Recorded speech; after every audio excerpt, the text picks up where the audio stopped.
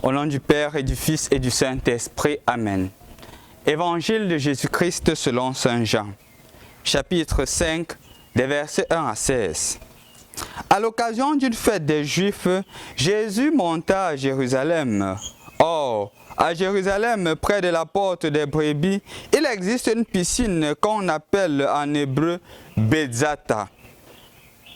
Elle a 5 colonnades, sur lesquelles étaient couchés une foule de malades, aveugles, boiteux et paralysés.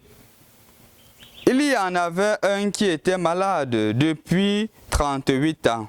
Jésus, le voyant couché là et apprenant qu'il était dans cet état depuis longtemps, lui dit: « Est-ce que tu veux retrouver la santé ?» Le malade lui répondit: « Seigneur, je n'ai personne pour me plonger dans la piscine au moment où l'eau bouillonne. Et pendant que j'y vais, un autre descend avant moi. » Jésus lui dit: « Lève-toi, prends ton brancard et marche. » Et aussitôt, l'homme retrouva la santé. Il prit son brancard et marcha. Or, ce jour-là était le jour du sabbat. Les Juifs dirent à cet homme qui avait été guéri par Jésus: « C'est le sabbat. Tu n'as pas le droit de porter ton brancard. » Il leur répliqua: « Celui qui m'a rendu la santé, c'est lui qui m'a dit: « Prends ton brancard et marche. » Il interrogeait: « Quel est l'homme qui t'a dit: « Prends-le et marche » ?» Mais celui qui avait été guéri, il ne le savait pas. En effet, Jésus s'était éloigné car il y avait de la foule à cet endroit. Plus tard, Jésus le retrouva dans le temple et lui dit: « Te voilà en bonne santé, ne pêche plus, il pourra t'arriver pire encore. » L'homme partit annoncer aux Juifs que c'était Jésus qui lui avait rendu la santé. Et les Juifs se mirent à poursuivre Jésus parce qu'il avait fait cela le jour du sabbat. Bonjour chers frères et sœurs dans le Christ. Nous voici rendus au mardi de la 4e semaine du temps de Carême. Et une fois de plus, les lectures nous invitent à éviter ce que j'appelle l'attitude alarmiste. Toujours en train de se plaindre, toujours en train de voir ce qui ne va pas, au lieu d'avoir une attitude optimiste. Et c'est justement ce sur quoi les lectures d'aujourd'hui voudraient nous inviter. Nous voyons une personne qui est malade depuis près de 38 ans. Quand Jésus lui demande: « Veux-tu être guéri ?» Il ne va pas droit au but, oui, je le veux. Il se met d'abord à se plaindre. Ouais, je n'ai personne pour m'aider. Et voilà que quand je sais même, il n'y a pas moyen. C'est pour cela que je suis dans cet état. Jésus dit que non. Lève-toi et marche. Prends ta vie en main. Prends tes responsabilités. Et c'est seulement quand tu prendras tes responsabilités que les choses se passeront dans ta vie. Chers frères et sœurs dans le Christ, je crois qu'au-delà de tout, cette lecture ou ces lectures nous interpellent nous personnellement. Parce que parfois nous aussi, nous avons ces attitudes alarmistes. Toujours en train de voir ce qui ne va pas dans nos vies. Toujours en train de voir que je n'ai pas ceci, je n'ai pas cela. Et on est incapable de voir les bénédictions que le Seigneur nous a données. Justement, le Seigneur l'a réveillé. Le Seigneur lui a aidé à comprendre que non, tu es aussi béni. Tu as la possibilité de te prendre en charge et de te lever.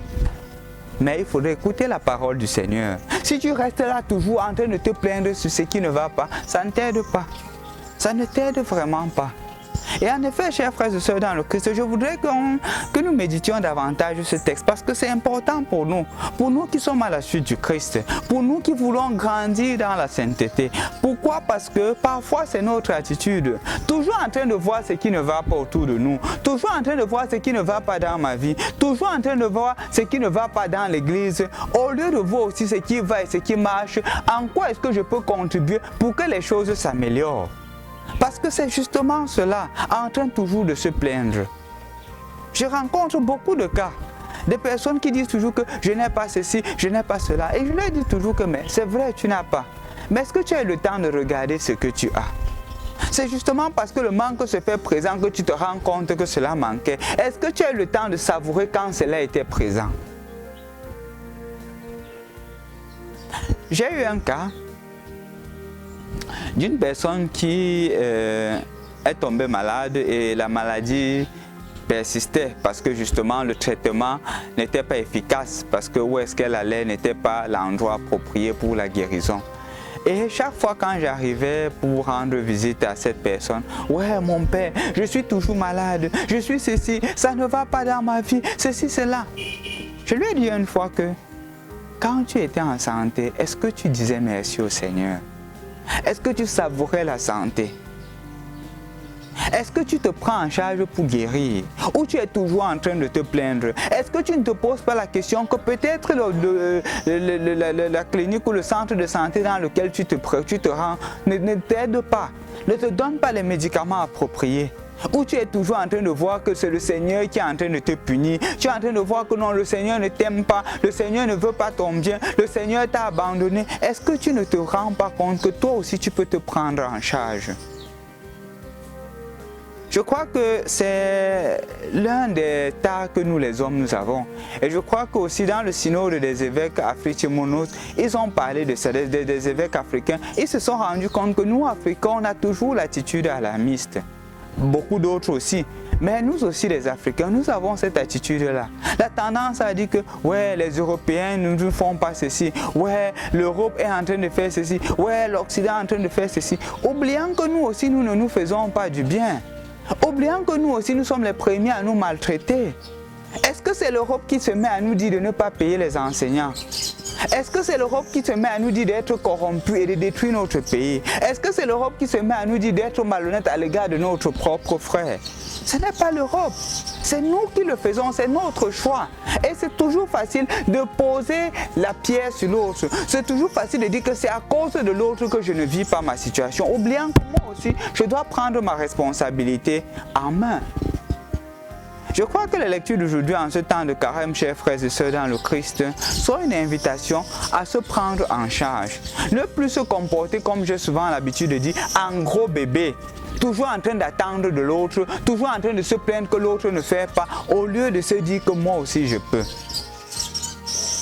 Évitons l'attitude alarmiste et entrons dans l'attitude de Jésus qui dit « Lève-toi et marche ». Écoutons cette voix. Écoutons l'invitation du Seigneur à se lever et à prendre notre vie en main.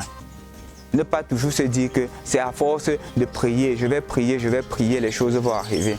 La prière est belle, mais la prière se conclut à travers des actes. Comme dit Saint Jacques, une foi sans œuvre est une foi morte. Au nom du Père et du Fils et du Saint-Esprit. Amen.